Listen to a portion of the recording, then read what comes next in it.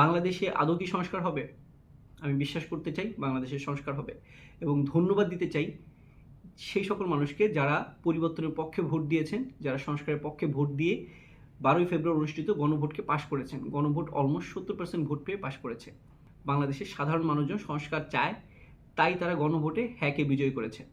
গতকালকে জনাব তারেক রহমানের নেতৃত্বে বাংলাদেশ জাতীয়তাবাদী দল বিএনপি সরকার গঠন করেছে এবং তাদের সংসদ সদস্য এবং মন্ত্রী পরিষদ তারা শপথ নিয়েছে।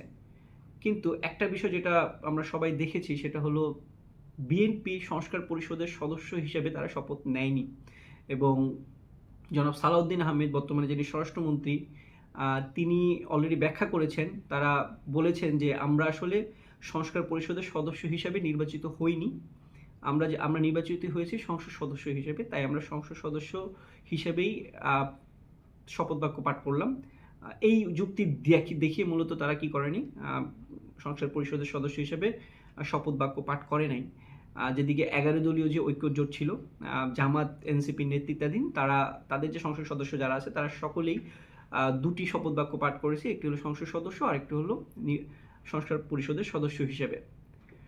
এবং আরেকটি বিষয় যেটা অনেকেরই দৃষ্টিগোচর হয়েছে, বাংলাদেশের সুপ্রিম কোর্টের এক আইনজীবী স্বপ্রণোদিত হয়ে এই গণভোটের ফলাফল স্থগিত চেয়ে হাইকোর্টে রিট করেছেন, যেটা নতুন বাংলাদেশে ভেরি মাচ আনফর্চুনেট। যাই হোক, এতদিন ইন্টেরিয়র গভর্নমেন্ট সংস্কারের পক্ষে কথা বলেছেন, ইন্টেরিয়র গভর্নমেন্ট সংস্কারের পক্ষে প্রচারণা চালিয়েছেন। এখন আসলে সংস্কারের কি হবে? সংস্কার কি আসলে বাংলাদেশে হবে কিনা?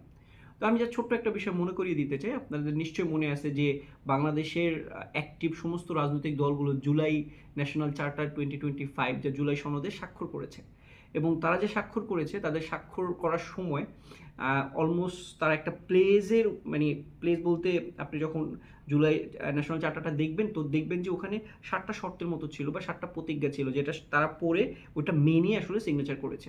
এর মধ্যে 3 নাম্বারের ওখানে স্পষ্ট করে উল্লেখ ছিল যে এই জুলাই ন্যাশনাল চার্টার 2025 ফুল কনস্টিটিউশনাল প্রোটেকশন সেটা যারা নির্বাচিত হবেন তারা এটা কি করবেন, এনশিওর করবেন এবং তারা এর নেসেসিটি এবং এইটার আইনি ভিত্তি নিয়ে কোনো ধরনের প্রশ্ন কোথাও করতে পারবেন না এবং এটা তারা মেনে নিয়েছেন।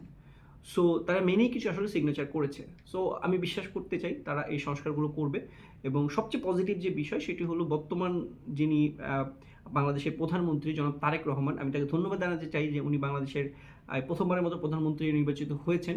মোস্ট ইম্পর্টেন্টলি উনি সংস্কারের পক্ষের লোক এবং বর্তমান গভর্নমেন্টের অন্যতম প্রধান কাজ হলো সেই সংস্কার করা এবং এই সংস্কারের জন্য তাদেরকে আসলে 180 দিন সময় বেঁধে দেওয়া আছে।